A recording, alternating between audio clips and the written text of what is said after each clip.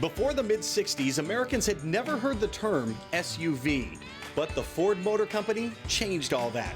In 1966, the new Bronco was an instant hit when it first rolled off the assembly line. Now, a group of craftsmen in this small shop is looking to rekindle that 50-year-old spark. They're bringing new life to an original Bronco and giving it modern-day technology underneath. Their mission? Make an American legend even better.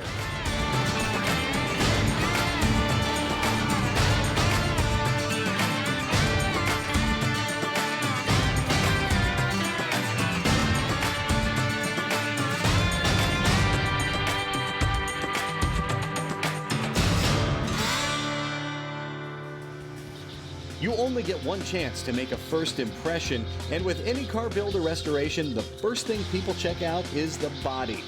Right now, Martin, Tony, and the bodywork team are focusing on a right front fender that just won't cooperate. But yeah, I mean, we're gonna have to fix that because this would take a week to get. But they don't have a week. To get this Bronco done on time, the crew has to stay on schedule. Let's go to the plan A, if not, with the plan B.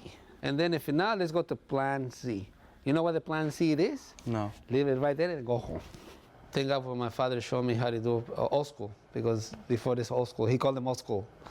When sometimes you don't have a part, found parts, you need to fabricate it and you fabricate it with your hands. I think right there. For so many, I started in collision. I working for so many years in Chicago doing restoration, a lot. Martin is the type of teacher that as long as you're willing to listen and learn, he's willing to teach you anything that you're willing to learn. Okay, perfecto. He's also the type of guy that sometimes you feel like, oh, again, but it always comes with a purpose because he will always try to teach you why we're doing it that way and why not the other way, or why should we use a certain tool instead of other tools, because it's like he said, sometimes he had done it before and he always struggled other ways, I guess, and he's always found easier, better way. And push, no, pull it. Wait, ready?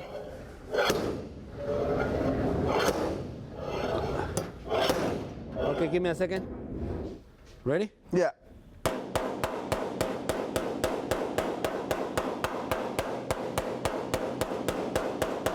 Sometimes he lets us go through it the hard way until we go back and we do it, and then he'll be like, all right, did you learn something? And I'll be like, yeah, you're completely right. It makes things a lot easier. He make a little bit more lip right here, you see? Yeah, I did kind of feel a little bit more like it loosened up as I pull in. He's the guy that you could most definitely feel like he'll give you your chances, but he'll still be there to guide you whenever you need to be guided. Okay, I think that's it. Ay, caramba. A man tying it. Yes, a real man. Woo. High training. It is good. I think I'm a good teacher. Yeah. But it's a good student, because in this job you learn every day. In this job you can, and no matter what car it is, and no matter what you do, you learn something always, every day. Every day you learn. I mean, you're working for the 67, maybe you're working all your life in the same car, but I guarantee you every day, you found something and then you learn something. And the same car you're working for so many years. You never finish to learn. What do you think? Oh man. It worked? Okay, close it up, yeah. So now, it is like, move it up, this one right here. Uh-huh. And do the same thing. Let's talk horsepower.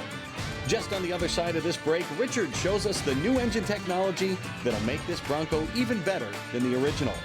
And the body guys continue to hone the Bronco to near perfection.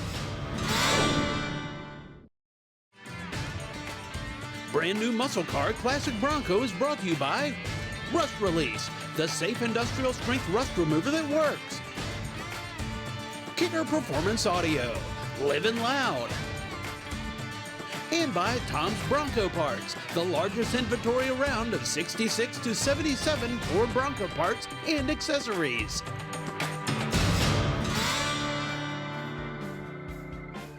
Tulsa.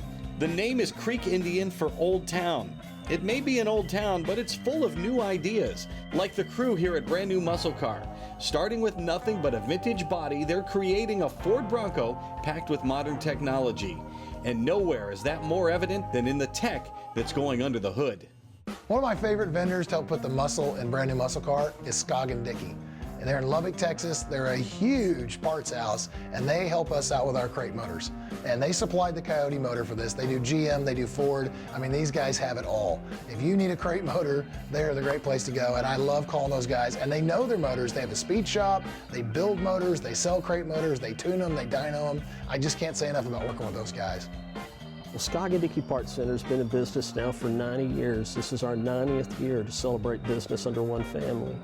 The Parts Center itself is a large operation that covers both retail, wholesale, business to business, and we service not only the OE replacement parts, but the performance industry also. So we're your one-stop shop. We're excited to be a part of this Bronco build. Ford Performance offers a large variety of crate engines. That Coyote engine is a great base to start with. But here at Dickey, we don't have just Ford, we have Mopar Performance and Chevrolet Performance. So whatever your needs are, we can take care of it. We have over 1,000 crate engines in stock, so most crate engines can ship the same day you order it, and service from freight companies is very fast. You'd be surprised. We can service almost anywhere in the 48 states in 2 to 3 days. Dickey Parts Center prides itself on technical knowledge from all brands. We love to be involved in the thought process of what you want to do to build your project. Is it a Jeep, or your four-wheel driving, or your autocrossing, drag racing? Whatever it is you do, we want to know the entire project so that we can provide the engine, powertrain components, or the replacement parts that you need that fit what you want to do. Dickey relies on customer service and word of mouth. You know, we're not the kind of company that wants to hunt you down to get you to buy something from us. We want people to tell you about the experience they had here, about the questions that were answered, the problems that were resolved, that the customers saw first-rate service, that what they got was an experience that we want to describe as perfection. Let's talk a minute about engines. We have 2 engines here, 65 model, 289, 302. Over here, Gen 2, 5-liter Coyote. Old school, new school. Now, the only thing that these 2 engines share is displacement. 302 cubic inch, 5 liters, and the bell housing, bolt patterning on the back is the same. Other than that, virtually as far apart as the universe could be. We'll start with this side over here. They use this engine, 65, all the way up into the early 90s. This particular one here is 302 crate motor, and this is what you would find in an early V8 Bronco. It's got a couple of small upgrades, a nicer carburetor on it, 600 Holley, got aluminum intake, HEI distributor, and then we have the Coyote engine. Now this engine, even though it's quite a bit bigger in physical size, they actually weigh pretty close to the same, probably within about 10 pounds of each other. The reason why is materials. Over here, cast iron block, cast iron cylinder heads. This is all aluminum, phenolic intake, phenolic valve covers. Phenolic, it's plastic, drastic weight reductions. The second thing is going to be machine work or tolerances. Old school stuff was put together pretty loose, and that's why back in the day you had to use 10W30, 20W50 oil. The bearing clearances, the ring clearances, rocker gear clearances, all that was much larger. Here, right on the cap, says 5W20 oil. The oil weight is cut nearly in half. The reason why is this engine is built to way tighter specifications. It frees up a lot of extra horsepower, reduces heat, reduces friction. The technology is way beyond what we've got going on over here. The third thing is technology. We have this nice big phenolic intake with a throttle body. There's no gasoline that goes through this intake. It's a dry intake versus the old school intake, which is what we call a wet intake, where the gasoline and the air go through the carburetor, through the intake manifold, and into the cylinder head. Probably got 8, maybe 10 miles to the gallon in the truck. This engine in our Bronco is probably going to get in the high 20s on gas mileage. This engine over here has 1 cam. This engine has 4 cams. And on the front, you have cam phasers. The computer runs those, and they can actually advance and retard the camshafts to meet the engine's needs. Then we get to horsepower. See, around 200 horsepower, maybe a little bit more with a couple little upgrades we did, a little over 200 foot-pounds of torque. Over here, 360 horsepower and a whopping 380 foot-pounds of torque. That's over 180 foot-pounds more torque. And this is what makes a four-wheel drive vehicle work. You want all that torque down low when you're trying to creep around the rocks and trying to pick your way through. And then it still makes good horsepower when you're wanting to run through mud, sand, or whatever, and it does it all seamlessly. Smack the pedal and it goes. Do not go anywhere. The Body Guys apply some finesse to the bodywork. And we check out a vintage Bronco that's pretty in pink. Learn more about the Ford Bronco story in Todd Zerker's new book. Get your copy of Ford Bronco, A History of Ford's Legendary 4x4 at cartechbooks.com and at popular retailers in-store and online.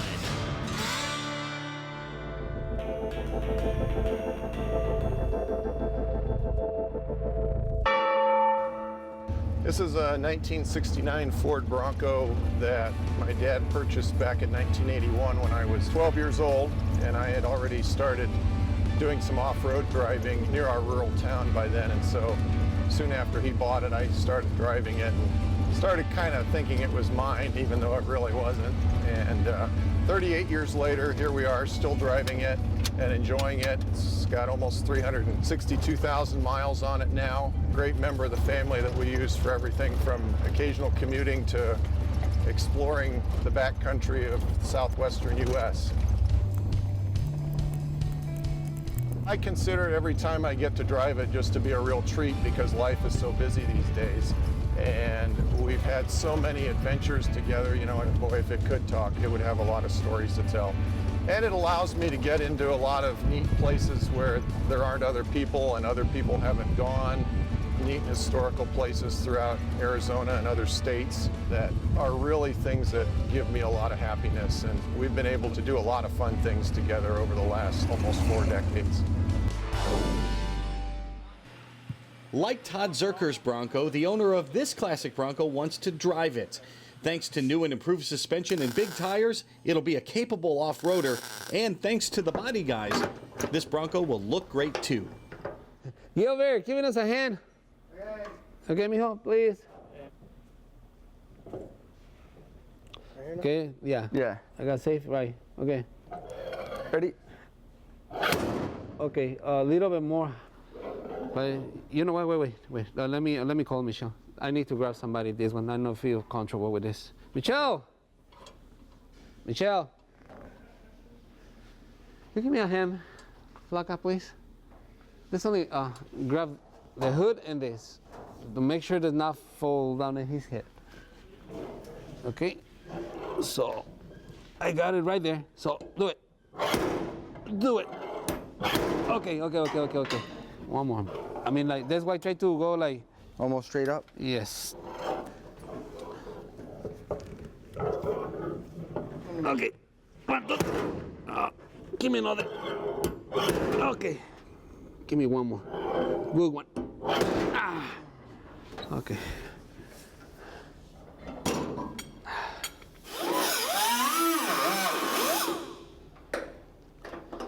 Okay.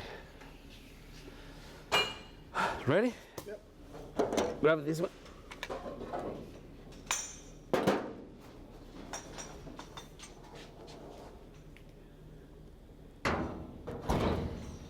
Oh, shoot. Now, it's nice. Yes, a little adjustment right here in the corner. And then he got that perfect height. Perfect everything. Ready to go. Sounds Okay. looks Lunch? beautiful. Lunch? Sounds good to me. Let's go to me. Thank you. Thank you, guys. Thank you, Gilbert. Thank you, Michelle. Another thing done. Let's go to lunch. There's still lots more to do in Tulsa. Martin and Tony work their magic on the body, and we check out a timeless beauty you're going to love. All that when brand new muscle car classic Bronco continues. Brand new muscle car classic Bronco is brought to you by Wild Horses 4x4. Isn't it time you answered the call of the wild? Rhino Hitch, the most versatile adjustable hitch on the market. And by No Limit Engineering. We build them, we drive them, and we test them.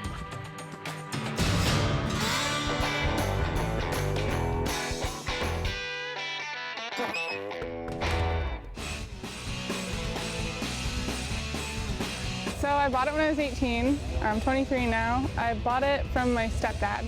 He had a yard full of routing away ones, you know, the usual. I'm gonna fix that one day. But he parted with this one. It was in really, really bad shape. Sat for 10 years, was used as a plow truck before. I took it down to the frame, took the whole body off of it, redid the frame, put a 3.5-inch lift on it, and 33-inch boggers. Then the old body was in such bad shape I had to find a new one. So from the windshield back, it's actually an older 66, 67 maybe. The only thing I used from the original body was the grille. The rear quarters are new. I had ordered them online and they came. They weren't so very nice. They were supposed to be stamped metal, but it was full Bondo. So I sanded it all the way down to bare metal, and there's just minimal fiberglass. The flares on it are the same as what the front are, so it's a nice smooth look. All new wiring, all new everything else basically is in there. Like, my stepdad is a mechanic, and so I learned a lot of my mechanical skills that way. And then my boyfriend does body work, so he helped me out a little bit with that and kind of told me like what I needed to do and how to do it. And he helped some, and I actually didn't paint it because I didn't know how to paint and I didn't want to mess that up because it's a big part. So his brother actually painted it for me. So my original goal was just to get it out on the street, to be able to drive it. As I kept going further with it, I was like, no, I gotta make it perfect. I gotta make it perfect. It's not perfect, but it's way more than what I ever thought it was gonna be. So I still have some wiring to do with it, and I don't wanna put a roll cage in it yet, but I'm pretty close. Pretty close? Well, not so much with our classic 66, but the body guys are making progress, working the contours of the Bronco to make everything fit even better than the original did when it was brand new.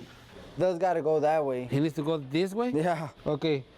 And the moment you push this way, Yeah. I got a lot of room in here. Oh, wow. How about right here? Yeah, I would have to push that way. You live in one bolt in here, right? Yeah, there's a bolt right there. I see so many cars when you see the doors with the fenders or the fenders with the quarter panels, and then he got horrible gaps. That one is not as part of me. I just want to try to make it nice. Oh, yeah. Yeah, that helped it. This size is not so bad. It's almost a little bit, like almost a 1/8. But this side. really bad. It is simple body. I put it like that. It's a simple body. It's not like crazy, but it's a simple body. It's easy to fix it, but comparable with another cars, yeah. Ay. Yeah. Ay. Once we start getting the fitting and all that, you start seeing certain things or certain issues that we, got to take care of. It's just the way it is. You got to sometimes be prepared for anything when you come to this type of industry.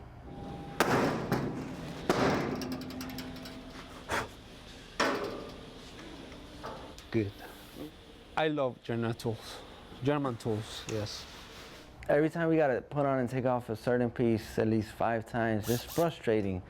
But to know that once the car is painted and getting ready to build and everything just falling in exactly how it needs to fall in, you say it was worth it. It is how it's likely going to be. It looks like it kind of bended out a little bit, so every time he's trying to pull it in, it keeps rubbing off of here. It's just not letting it sit right. So let me try this one. He's very driven. He likes things the way Martin likes things. To do it Martin's way, sometimes it takes longer. And that's not necessarily a bad thing. He wants his gaps a certain way. He wants the panel to look a certain way. And where a lot of people would go, it's not worth a couple of hours to do that, well, Martin will spend that time to do that. It might look insignificant, and the customer will probably never know how much of that little stuff that he fixes, because you just can't see it. But if you don't do it, then you do see it, and that's just how he is. See good. I say close. I never say perfect. Nobody is perfect. The best idea is try to push the grill, push it a little bit out, and then try to make them flush with the fender. Okay. When you got your career, and then you see finish your work, you feel happy. I mean, I feel happy. Kick him a little bit. More.